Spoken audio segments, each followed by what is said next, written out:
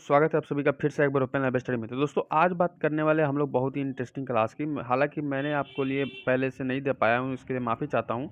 यहाँ से आपको एनटीपीसी के तो सारे एग्जाम खत्म हो गए, लेकिन यहाँ पे मैं बता दूँ कि ग्रुप डी के एग्जाम के लिए आपके 2 से 3 महीने आपके पास समय है।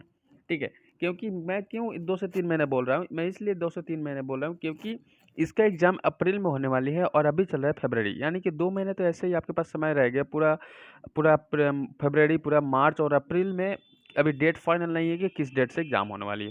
हालाँकि आपका आप कभी फर्स्ट में पढ़ सकता है, किसी का लास्ट में पढ़ सकता है, कोई गारंटी नहीं कि कहाँ पे किस टाइम आपका एग्ज़ाम पड़ने वाला है, ठीक है? तो एग्ज़ाम से पूर्व 10 दिन पहले ही आप लोगों को मालूम होता है, सभी को पता है कि मेरा एग्ज़ाम होने वाला है इस सीरीज़ में या नहीं होने वाला है, ठीक है? तो यहाँ से मैंने यहाँ पे सेट खत्म स्टार्ट कर दिए हैं और मैं बताना चाहूँगा कि रोज़ाना मैं 2 से 3 सेट प्रोवाइड करूँगा। और ये इसका ज़्यादा से टाइम आपको मैं बता दूँ, 3 बजे से और 5 बजे के बीच में सारे वीडियो मैं इसका प्रोवाइड कर दूँगा, ठीक है? हर एक वीडियो में मैंने 25 क्वेश्चंस रखे। मैंने एक बुक्स लिए थे, जिस बुक्स में बहुत सारे इंपॉर्टेंट क्वेश्चंस मैंने देखे आपके एग्जाम एग्जाम के रिगार्डिंग। और मैं ये एक चीज़ बताना चाहता हूँ कि आपको 30 नंबर के सिर्फ साइंस के क्वेश्चन पूछे जाएंगे, जिससे 4 से 5 तो आपको पक्का ही आपको न्यूमेरिकल ही ज़्यादातर देखने को मिलेगा। कुछ बायो के क्वेश्चंस रहेंगे, कुछ फिजिक्स के क्वेश्चन रहेंगे। बायो के क्वेश्चन से आपको 10 क्वेश्चन के आसपास सिर्फ बायो के रहने वाले हैं। तो मैंने सारे क्वेश्चन देखे और उसके बाद में मैंने एनालाइज किया कि आपको इसका ज़रूरत है। अगर आप रोज़ाना इसको अगर आप डेली अपने दिनचर्या के हिसाब से अगर लेते हैं तो आपका बहुत ही क्वेश्चंस बन जाएँगे और ये 30 नंबर आप करने में बिल्कुल असफल नहीं होइएगा, ठीक है? और यहाँ से बहुत ही सारा क्वेश्चंस आपके लिए और सारे एग्ज़ाम के लिए भी प्रिपेयर कर सकते हैं। बट यहाँ पे मैंने ग्रुप डी को लेकर सबसे ज़्यादा यहाँ पे अहम इस वीडियो को बनाने का मकसद लिया है, ठीक है? तो आप देख पाएँगे जो क्वेश्चंस मैं लगाऊँगा 25 क्वेश्चंस ही लगाऊँगा, ज़्यादा क्वेश्चंस मैं नहीं लगाऊँगा। रोज़ाना आपको 2 से 3 छोटा-छोटा वीडियो देने का प्रयास करूँगा, ठीक है? तो ये फर्स्ट वीडियो है, ये इसको अच्छे से देख लीजिएगा ताकि जितने भी वीडियो आएँगे एक दूसरे वीडियो से रिलेट रखता है और जो भी इम्पोर्टेंट फैक्ट रहेगा, वो सभी मैं बताता चलूँगा। सबसे पहला क्वेश्चन है हमारा, यहाँ पर देख पाइएगा क्वेश्चन आपको देखना है, फिर आपको यहाँ पर मेरे साथ ही आपको चलना है और मेरे साथ ही आपको आंसर लगाते चलना है। ऐसा नहीं है कि आपको छोड़ देना है कि सर बता रहे हैं, हम बस सुन के रह गए, ऐसा नहीं है मेरे प्यारे दोस्तों। आप सभी को भी मेरे साथ चलना है ताकि मैं जो क्वेश्चन पढ़ूँ, आपको भी मेरे साथ पढ़ते चलना है ताकि वो तो आपके दिमाग में सेट होता चले, ठीक है? मेरा पहला क्वेश्चन है, लकड़ी का एक गुटका पानी घनत्व 10 के पावर 3 केजी पर मीटर क्यूब के ऊपर के अपनी आयतन के 30% तैरता है तो लकड़ी के घनत्व केजी पर मीटर पर क्यूब में क्या होगा? ये एक प्रकार का न्यूमेरिकल थॉट है, ये क्वेश्चन रहेगा। और हाँ, अभी तक आप इस वीडियो को लाइक नहीं किए तो मेरे प्यारे दोस्तों आप लाइक करके हमें सपोर्ट जरूर कीजिएगा। आपकी सपोर्ट की हमें बहुत ज़रूरत है और अगर चैनल पसंद आए, यहाँ से अगर आपको हेल्प मिलता होगा तो आप इसको सब्सक्राइब कर सकते हैं। साथ ही अगर आप अपने दोस्तों को हेल्प करना चाहते हैं तो आप प्लीज़ इस वीडियो को अपने फेसबुक, व्हाट्सएप, टेलीग्राम जिस भी प्लेटफॉर्म पे आप जुड़े हो, वहाँ पे एजुकेशन ग्रुप में अगर आप जुड़े ही होंगे, वहाँ पे शेयर ज़रूर कर दीजिएगा, ठीक है? तो भाई यहाँ पे मैंने क्वेश्चन कहा, मैंने क्वेश्चन का आंसर बताया आपको कि 0.7 गुणे 10 की पावर 3 जब बनाइएगा तो आपका सी नंबर ऑप्शन निकल कर चले आएगा, ठीक है? अगला प्रश्न है कि प्रदूषित पानी के जैविक उपचार का उद्देश्य क्या होता है? जैविक उपचार का उद्देश्य क्या होता है? तो 2 नंबर क्वेश्चन का आंसर आप कहिएगा सर बोर्ड को कम करना, बीओडी को बोर्ड का कम कर देना। ये नंबर आंसर बिल्कुल सही हो जाता है। कोई भी अगर प्रॉब्लम, कोई यानी एडिटेशन आ रहा है आपको, क्वेश्चन बनाने में किसी प्रकार की कठिनाई आ रही है तो आप कमेंट कर सकते हैं। कमेंट बॉक्स एनी टाइम खुला रहता है। टेलीग्राम ग्रुप का भी लिंक डिस्क्रिप्शन बॉक्स में दिया गया है, वहाँ से भी आप हमें फॉलो कर सकते हैं या चेक कर सकते हैं, या कोई भी अगर परेशानी है तो आप वहाँ पर भी हमें कमेंट कर सकते हैं। बीटी कॉटन नहीं होता है, क्या होता है? बीटी कॉटन नहीं होता है तो आप कहिएगा सभी पेस्टिसाइड्स के लिए प्रतिरोधी होता है, ठीक है? अगला है, कोई वस्तु अपने विराम x इक्वल टू 0 मीटर और t इक्वल टू 0 सेकंड में चलना शुरू करती है और x अक्ष के पास 3 मीटर पर सेकंड स्क्वायर के नियत त्वरण के साथ घूम जाती है तो समय 2 सेकंड और 4 सेकंड के बीच की अवधि में इसका औसत वेग क्या होगा? तो फोर्थ नंबर प्रश्न बहुत इजी वे है, यहाँ पे 9 मीटर पर सेकंड हो जाएगा। आपका डी नंबर ऑप्शन बिल्कुल सही हो जाएगा, ठीक है। अब तो कंप्यूटर पे एग्जाम हो रहे हैं और कंप्यूटर पे एग्जाम जब होते हैं ना तो बहुत सारे क्वेश्चंस ऊपर नीचे अप डाउन हो जाते हैं, जिसके कारण से छूट जाता है। तो आपको यहाँ पे एनालाइज करना है और अपने जितने भी प्रॉब्लम्स हैं वहीं पे सॉल्व करके यहाँ पे चले जाना है, क्योंकि एग्जाम हॉल में आपको प्रॉब्लम नहीं, आपको आंसर करना है। निम्न में से कौन सा गलत है? तो सबसे पहले बात कर लेते हैं गलत कौन और सही कौन है, इसको पहचान कर लेते हैं। तो रामसर साहब क्या हो जाते, वायु प्रदूषण से है या नहीं? नहीं है, ठीक है, ये हमारा पहला गलत हो गया। क्योटो प्रोटोकॉल, यहाँ पे जलीय जीवन बिल्कुल यहाँ पे परिवर्तित है, ये सही हमारा रहेगा। मॉन्ट्रियल प्रोटोकॉल, ओजोन रिक्तीकरण, ये भी हमारा सही रहेगा। और रियो सभा का धारणीय विकास, ये भी हमारा सही रहेगा। यानी कि जो पूछा है यहाँ पे जो गलत पूछा है तो ये नंबर कर देंगे। रामसर व सभा वायु से संबंधित नहीं रहता है। ठीक है, चलिए अगला प्रश्न है कि एक प्रकाश की किरण वायु से होकर एक द्रव से गुजरती है तो 15 सेकंड से 15 डिग्री विचलित हो जाती है, तो अगर आपतन कोण का मान 60 डिग्री हो तो उस द्रव का अपवर्तन क्या हो, उस द्रव का अपवर्तन कोण में क्या होगा। ठीक है, तो यहाँ पे 6 नंबर क्वेश्चन का आंसर कर दीजिएगा रूट में 3/2। ठीक है, नेक्स्ट क्वेश्चन है प्राथमिक रंग होते हैं, प्राथमिक रंग कौन से होते हैं। जब पिनाला आप याद रखिएगा तो आपका काम बन जाएगा। तो 7 नंबर प्रश्न का आंसर क्या हो जाएगा, हमारा आंसर निकल के आ जाएगा कि वे रंग जो अन्य रंगों के मिश्रण से उत्पन्न नहीं किया जा सकता, वो खुद का रंग एक प्रकार का हो, उसे ही पिनाला कहते हैं। और यहाँ पे प्राथमिक रंग भी उसको ही कहते हैं। ठीक है, नेक्स्ट क्वेश्चन हमारा रहेगा आप सभी के बोर्ड पे कि डिजिटल माध्यमों को निम्न में से क्या कहा जाता है। तो डिजिटल माध्यमों को निम्न में से क्या कहा जाता है, तो आपका ये तृतीय माध्यम कहते हैं, डिजिटल माध्यम को तृतीय माध्यम के अंदर रखा जाता है। अगला है 100 डिग्री पर उदासीन विलयन का पीएच मान कितना होता है। तो 100 डिग्री पर उदासीन विलयन का पीएच मान कितना होता है, तो हमारा अगला प्रश्न का आंसर निकल के आ जाएगा 7.0।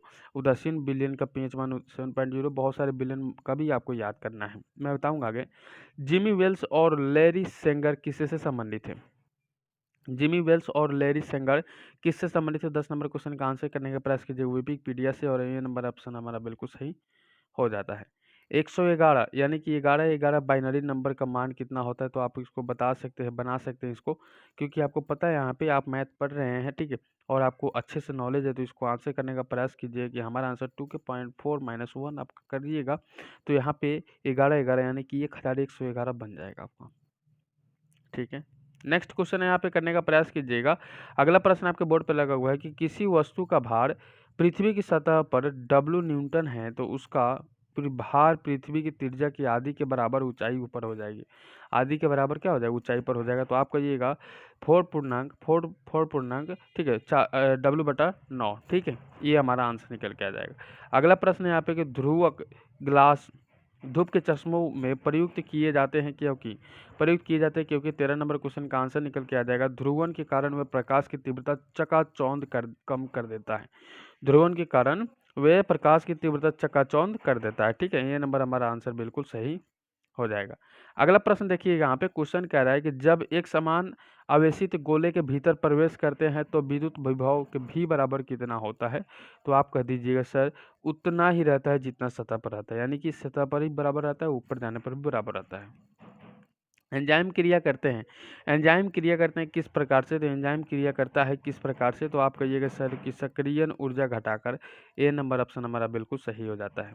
अगला है पीरियोडिक्स में निम्न में से किसका अवयव है। एनटीपीसी में यहाँ से क्वेश्चन बहुत ही कम पूछा जा रहा है साइंस से, लेकिन ग्रुप डी में 30 क्वेश्चन है साइंस का, और ये आपके लिए बहुत ही बढ़िया रोल है। अगर आप मेरे सारे इस कवर कर लेते, मैं जो क्लास करा रहा हूँ इसे कवर कर लेते हो, तो आपका कहीं भी चूक नहीं होगा, आप अच्छा स्कोर कर पाइएगा। हमारा आंसर निकला प्रोबियोटिक्स में से किसका अभाव होता है, तो हमें माइटोकॉन्ड्रिया का अभाव होता है। बिल्कुल डी नंबर ऑप्शन बिल्कुल सही हो जाता है। अगला प्रश्न है कि दुर्बल गैस समानता रासायनिक रूप से अक्रिय होता है। किस रूप से, रासायनिक रूप से अक्रिय होता है। ठीक है, तो आप कहिएगा सर कि उनकी इलेक्ट्रॉनिक विन्यास स्थिर होती है, उनकी इलेक्ट्रॉनिक विन्यास स्थिर होती है। बहुत सुंदर। एक साबुन के बुलबुले को ऋण आवेश दिया जाए तो त्रिज्या क्या होगा।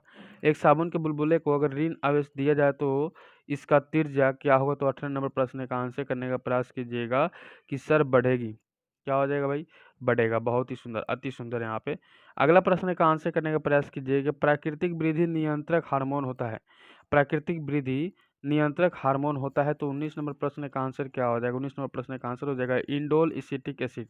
इंडोल एसिटिक एसिड हमारा बी नंबर ऑप्शन बिल्कुल सही हो जाता है। निम्न में से किस यौगिक में सबसे अधिक परमाणु होते हैं। निम्न में से किस यौगिक में सबसे अधिक परमाणु होते हैं। तो सबसे अधिक परमाणु की बात कही जा रही है, तो आप कहिएगा H2SO4 में सर्वाधिक मात्रा में क्या हो जाता है, यहाँ पे परमाणु पाए जाते हैं। मनुष्य ने किस वर्ष पहली बार चांद पर कदम रखा।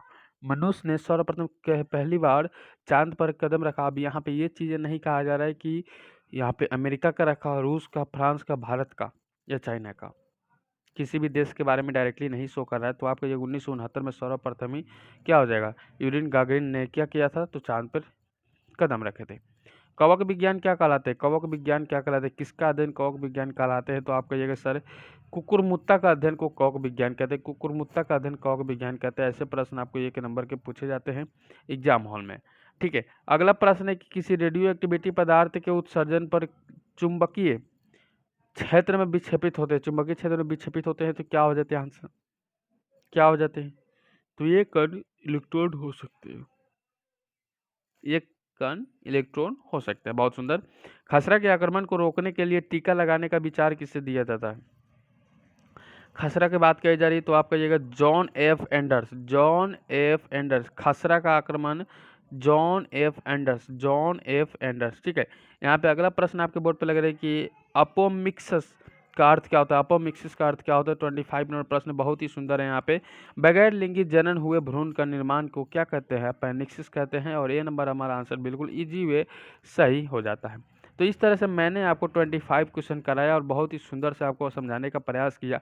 उम्मीद और आशा है कि आपको बहुत ही अच्छा लगेगा। मैं सारा सेट कराने वाला हूँ, तकरीबन 250 के 300 से बीच में मैं सेट करा दूंगा आपको रोजाना के 3 से 4 5 या जैसे भी सेट करा के। ठीक है, और यहाँ पे मैंने ओपन लाइव स्टडी परिवार को आप सब्सक्राइब नहीं किए तो सबसे पहले सब्सक्राइब कर लीजिए, बेल आइकन कॉल में प्रेस कर लीजिए ताकि नोटिफिकेशन मिलता रहेगा। और जो भी हमारे कैंडिडेट प्लीज़ आप लोग अभी शेयर नहीं किए तो शेयर कर दीजिएगा और अटेंडेंस बना के जाइएगा और लाइक्स भी जरूर कर दीजिएगा। ये अपना लाइक्स करने का वो आपके ऊपर डिपेंड करता है। ठीक है, तो चलिए फिर मिलते हैं अगले क्लास में एक नए टॉपिक के साथ में। Good bye, best of luck, जय हिंद सभी साथियों को।